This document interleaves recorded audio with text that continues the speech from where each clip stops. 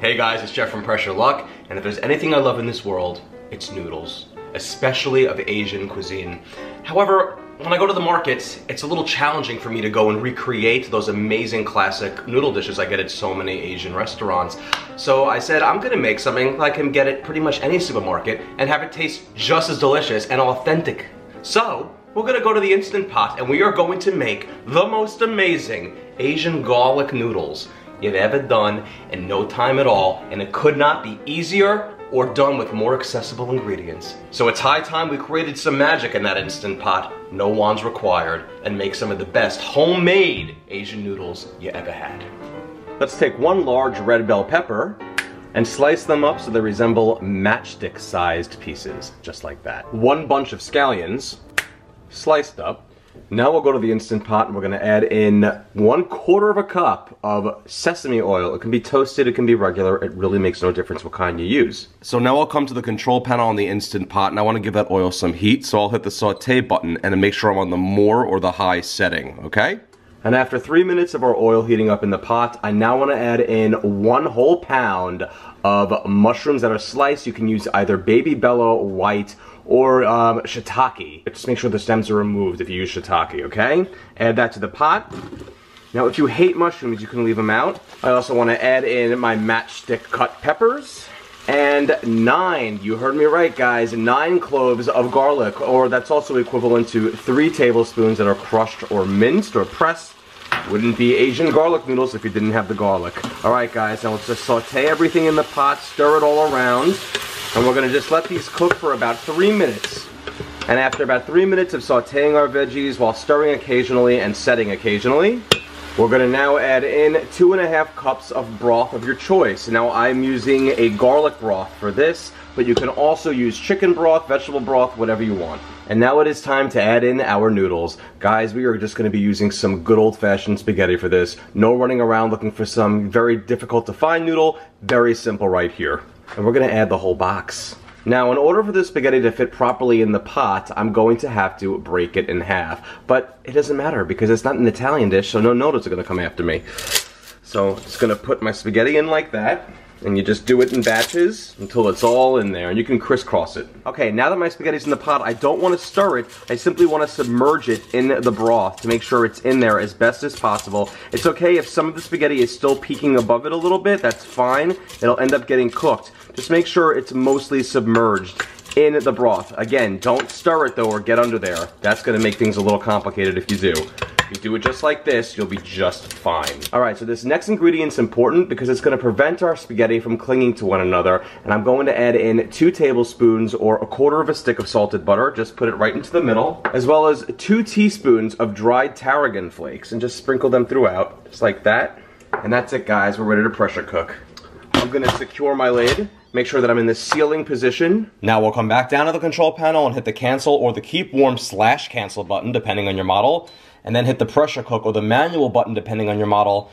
We want to go guys for 8 minutes at high pressure. That is it. Don't worry about this middle thing here where it says less, normal, or more. We always want that on normal and the pressure should be high.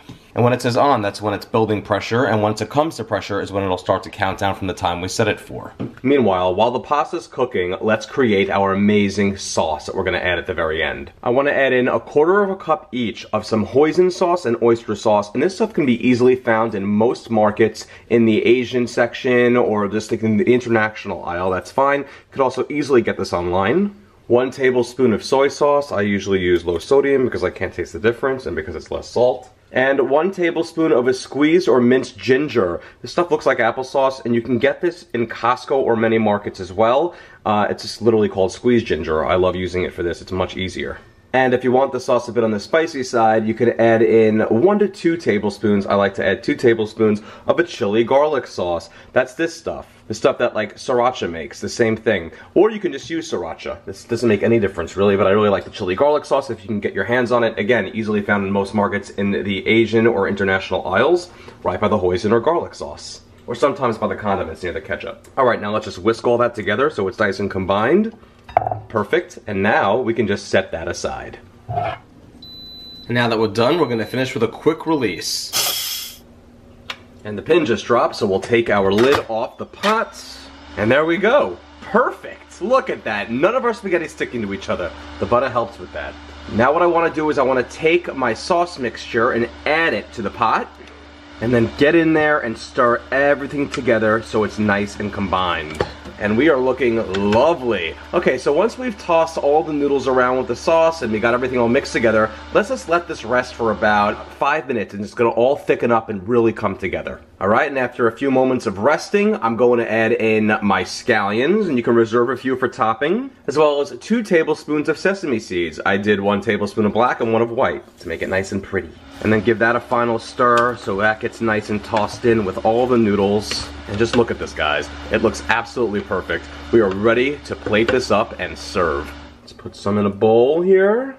You could get you some tongs, you can give it a nice little twirl to make it look pretty. I'm so bad at plating, but I tried to pick up any tips I can from my amazing food stylist from my cookbook. Get a few extra mushrooms on there. Now to top it off if you want, you could sprinkle on a few additional sesame seeds. And perhaps a few more scallions even if you want. I'm gonna get some chopsticks in there and we're gonna try this out. Oh yeah. I mean, just look at it. Look at it, glistening with flavor, color, and deliciousness. Oh, let's try this baby out.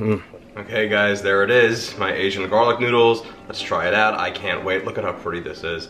Ooh, look at this. I love using chopsticks also.